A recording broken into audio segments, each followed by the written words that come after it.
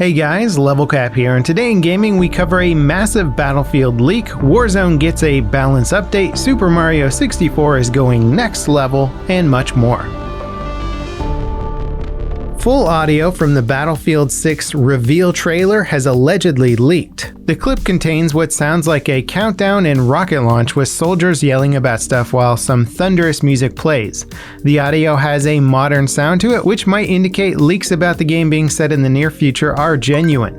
The weapons being fired in the audio all sound like automatic rifles. There's also what sounds like a jet or helicopter crashing. Pretty typical stuff for a Battlefield trailer by all accounts. Leaked screenshots of the trailer have shown a rocket launch site, though there's no telling if any of these leaks are actually leaks and not made up nonsense. The one thing that is certain is how the new leaked audio sounds very authentic. Someone would really have to spend a lot of time and care faking it. Aside from the leaked screenshots, this would easily be the highest effort fake leak if it was fake. The past year has been littered with leaks, rumors, and speculation about the future of Battlefield. The leaks have primarily come from a handful of sources, namely Tom Henderson and 4chan. DICE and EA have said virtually nothing about the game other than, well, it looks pretty good. So while the speculation floating around about Battlefield 6 might be genuine, we still have to treat it as speculation until an official reveal. Many people believe the leaked audio from the trailer will pressure DICE to release it properly before the leakers do. We're expecting an official reveal sometime this month. EA's next investor call is on the 11th, so it seems like the reveal will happen in the next few days or shortly after that call. Battlefield has a long history of pre-release leaks, but we've never seen anything on this scale before. We're used to getting a random menu screenshot or a written description of the game. Trailer screenshots and audio leaking is pretty wild. If these leaks actually are genuine, it sounds like EA and DICE have a very leaky ship. Battlefield 5 was notoriously data mined by the community, revealing dozens of unused weapons, cosmetics, and even a competitive mode. Players got extremely hyped up about those data mines, only for many of them to never see the light of day officially. And as exciting as all these Battlefield leaks are, temper your expectations. For all we know, the next Battlefield game could be hardline to the hardening. Warzone just got a massive balance update that tweaks popular weapons like the AMAX, FARA 83, and Street Sweeper. All three weapons have been nerfed slightly to slot them in more fairly with other weapons. The Bullfrog and PPSH-41 were both buffed slightly to raise their effectiveness. Several attachments have also been tweaked. The Combat Recon barrel for the sniper rifles got a hefty buff to bullet velocity and idle sway. Several weapon stocks were nerfed to be less effective. Overall, these changes are pretty welcome ones. Warzone's balance is in a decent state right now, but the AMAX and a few other weapons were outclassing most meta loadouts to a certain extent. Raven bringing all these weapons more in line with each other is great to see. The new burstfire rifle they added yesterday is also pretty well balanced. Today's patch also fixed more of those out of the map spots players chose to get under in Verdansk 84. This exploit has been particularly rough because of how easy it is to abuse. In other Call of Duty news, the Call of Duty League is returning to in-person events this summer. The league's next major tournament series will be played at Dallas Empire's Arlington Stadium in Texas starting on June 17th. Just don't expect to attend the event in person. The tournament will be limited to players and essentially staff only, so no live audience. Activision will be enforcing mandatory COVID precautions and emergency testing. Recently, Activision laid off nearly 50 employees from their esports division because they want to be less reliant on in-person events for future tournaments. The current COD League season has been played almost entirely online. And that's not ideal for highly competitive esports matches, but it beats everything being put on hold completely.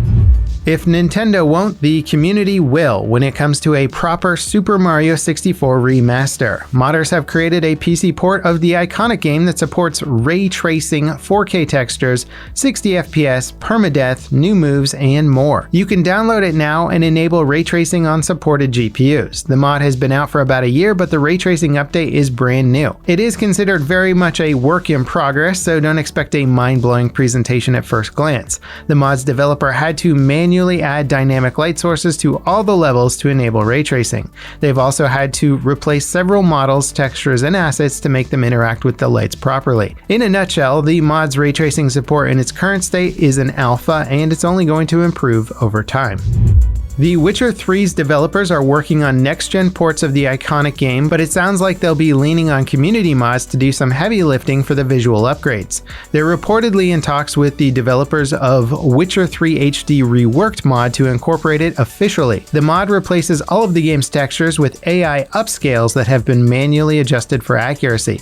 It's a pretty impressive mod that remains true to the game's original vision while cleaning up all the compromises that had to be made for the game to be playable on the hardware of its time.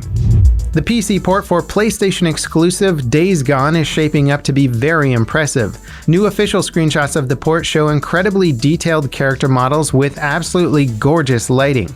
Days Gone was a generally good-looking game when it debuted on the PlayStation 4, and it runs pretty well on the next-gen hardware. But these new screenshots show its true potential. The PC version of Days Gone launches on May 18th. The launch of Resident Evil Village is blowing past franchise records. It has the highest peak player count of any Resident Evil game on Steam and is charting in the top 10 most popular games across the entire platform.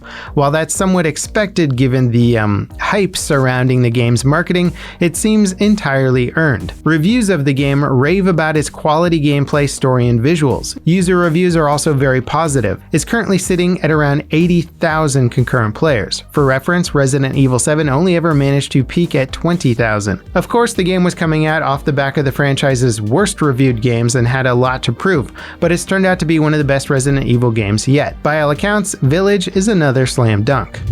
Mass Effect Legendary Edition is making a lot of gameplay tweaks across the original trilogy of games, but it sounds like at least one of those tweaks will be optional. The notorious Mako landing craft will allow players to switch from updated controls to the original ones. Those original controls were notably frustrating for most players in the original Mass Effect and have been overhauled for the remaster. BioWare also tweaked gameplay elements to make using it more forgiving, like lava no longer instantly ending the mission if you touch it. But for those true fans out there, you'll be able to toggle on the original controls and slide your way across the planets like mad lads. Before we get to our final story today, just a reminder that we'll have full coverage of everything the Battlefield trailer reveals when it actually drops. Get subscribed and turn on notifications so you don't miss that video. And also stay tuned for continuing coverage of all things gaming. The next-gen upgrade of Cyberpunk Noir game Observer is coming to last-gen consoles on July 16th. The overhaul is a pretty incredible transformation that updates the game's visuals while also adding new content. It stars the late Rutger Hauer of Blade Runner fame as the game's main character. He's a detective looking for his son. The upgrade will run you $30 and is the definitive version of the game. Getting it running on last-gen hardware sounds like no small feat, and it's pretty impressive even compared to the current gen and PC versions. And that wraps it up for today in gaming. Thank you guys so much for watching, and I'll see you next time. This is Level Cap signing off.